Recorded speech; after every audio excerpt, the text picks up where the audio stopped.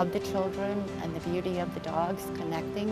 You could just see the second she walks in there, she has a smile on her face and it doesn't break. These kids have done so well just with working with dogs and volunteers. When you go somewhere with a dog, you go somewhere with a friend, and that I think is something huge for these kids. To see him out there and his self-esteem, his self-confidence, just absolutely amazing. We just wanted him to have a friend. All of a sudden, he is able to engage with the world. They're flying like the rest of us when they have excitement, when they can share that excitement.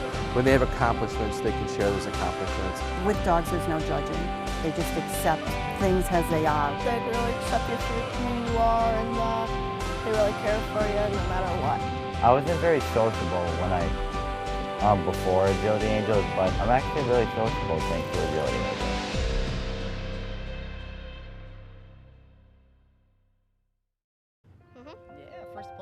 When my son was young, they had early intervention, and we tried just about every therapy known. We tried, t-ball, we tried karate, we tried swimming, and it just wasn't for him. He never felt comfortable. Just trying to see Ben try to fit in. And you can just see that disconnect of Ben, well, why won't they play with me? And you can just start to see that. And that's been the hardest part. I really didn't know a lot about autism when we started this. My expertise or my knowledge was with the dogs. And in growing up with dogs and knowing what great friends they were and what great supports system they provided. I walked by one day and saw a news clip on this where they were using dog agility with the older Asperger's kids, the high-functioning autism. And as they get older and go through aging, the problem is that there's even less and less treatment options out there for the kids. If they could talk to a dog, maybe that could be the conduit to having them start conversation. And it seemed like a natural, so I called Kim. She sent me a news clip, and I watched it and listened to what the boy had to say and thought, okay, where do we go from here? She is a very loving dog, and I had been looking for something to do with her and found out about Agility Angels, and we were one of the starting coach dog teams. It was a matter of bringing a group together. So we had to make sure that not only did the kids all get along, but the dogs. So it was a big guessing game in the beginning. In the first month or so, I heard kids talk that I had known for 5 years, never heard their voice.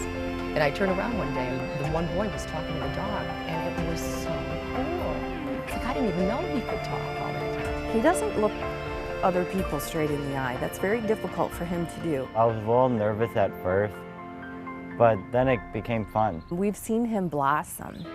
He has this immediate connection with the dogs, very comfortable with the dogs, looks the dogs straight in the eye, talks to the dogs. That connection with the dogs has really evolved into social connection with other children. He starts to translate that to where he's feeling a little more comfortable, and he starts to translate that, and now I see him looking the coaches in the eye and having conversation with the coaches. Just a couple months ago, I had a brother who came up who she doesn't get to see often, and he had a 20-minute car ride to get to Agility Angels, and she didn't say a peep to him, but the second we got done with Agility Angels, the whole car ride back, it was nonstop chitter-chatter, and that was such a blessing for my brother. He's never really had the opportunity to have a conversation with her, and Agility Angels enabled her to do that. They work individually, but then, okay, we're all going to wait and we're going to watch Dustin run his course.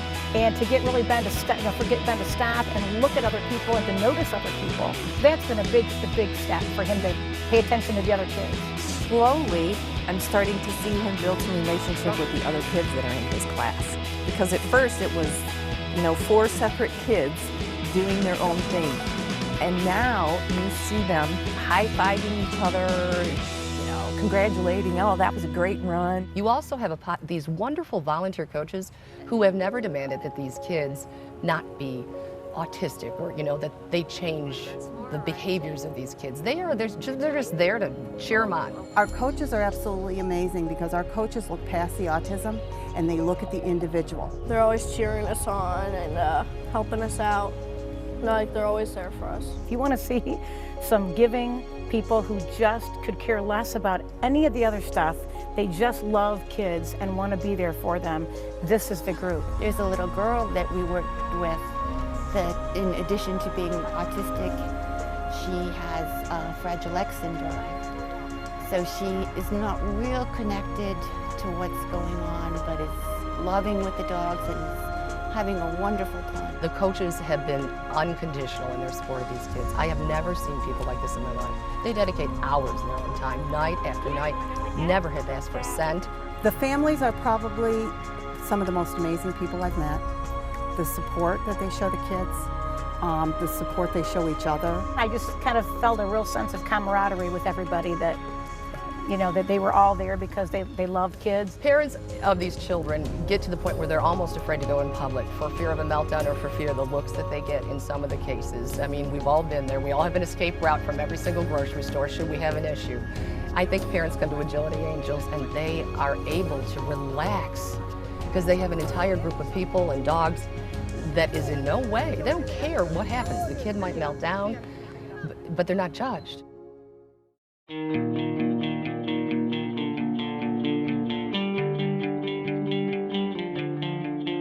Our hope, our goal is to grow, and with growth comes a larger facility.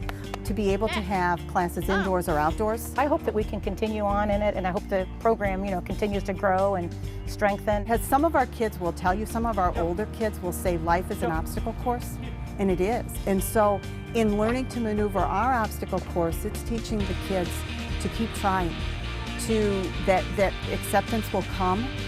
It may not be easy, that a lot of times life is it's hard work, but you don't give up on it. It's just been this amazing transition, and it started with that connection with the dog.